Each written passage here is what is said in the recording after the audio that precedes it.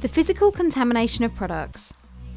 Research has found 63% of personal beauty kits and a staggering 95% of professional beauty kits were found to be contaminated with bacteria, including E. coli and Staphylococcus.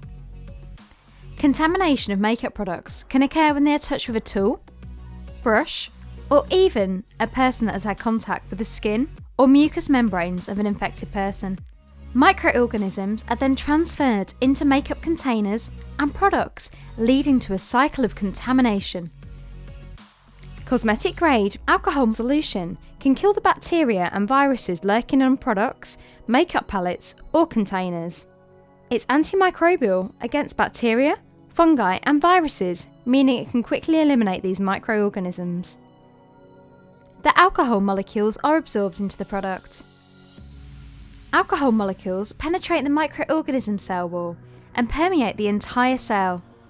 They coagulate all protein, meaning that microorganisms can no longer survive. The alcohol molecules quickly evaporate, meaning the product dries quickly, leaving the makeup hygienically clean and free from microorganisms.